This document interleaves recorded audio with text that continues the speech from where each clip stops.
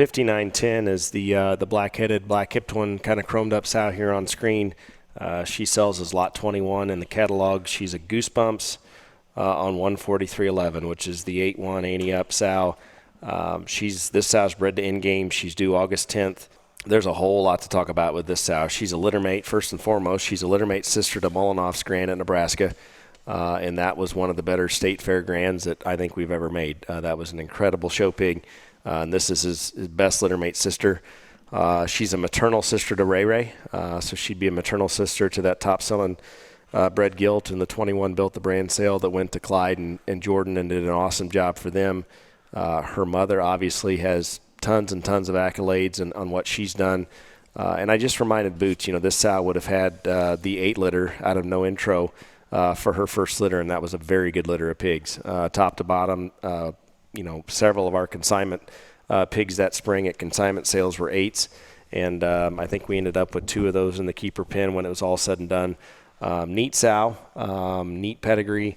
I think she really represents the Goosebumps side of things, and then to be bred back to in-game, I think we've really teed it up for a chance to make some daughters going forward. Yeah, I couldn't agree more with you. And just to echo a little bit about this sow's brother, I used to always make it a priority to go to the middle of nowhere, Nebraska, to go see the Mullinoff family. First and foremost because the pigs were usually pretty good, but second most importantly because Ashley made the best homemade cookies. You never shared. They were always gone before I got back to Missouri.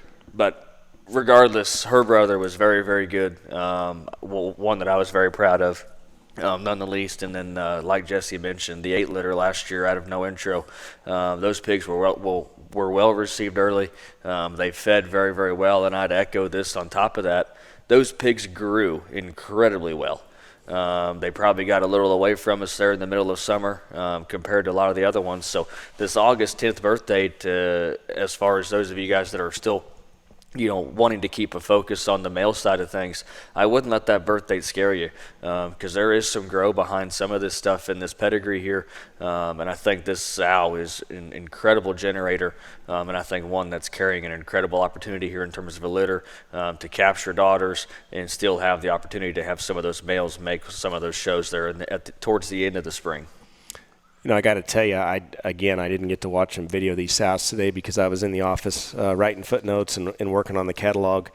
One of my favorite things to do is to watch sows eat. And as trivial and dumb as that sounds, I always feel like there's a lot to learn about your sows and your sow herd and your pigs in general if you take the time to watch once in a while.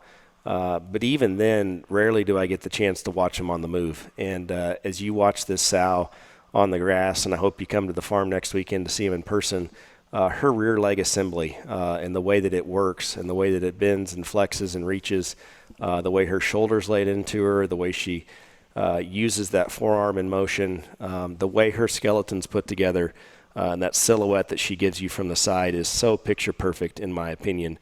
And we spend so much time trying to make him heavier structured, and we spend so much time trying to make him wider and all of these little bells and whistles that seem to be, the most important thing to success in the show ring. But skeletal build like this will never go out of style, in my opinion. And this is the kind that's kept us in business here on the Hill.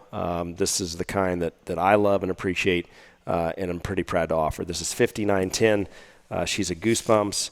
On 143.11, she's bred to in-game, due August 10th. She sells as lot 21.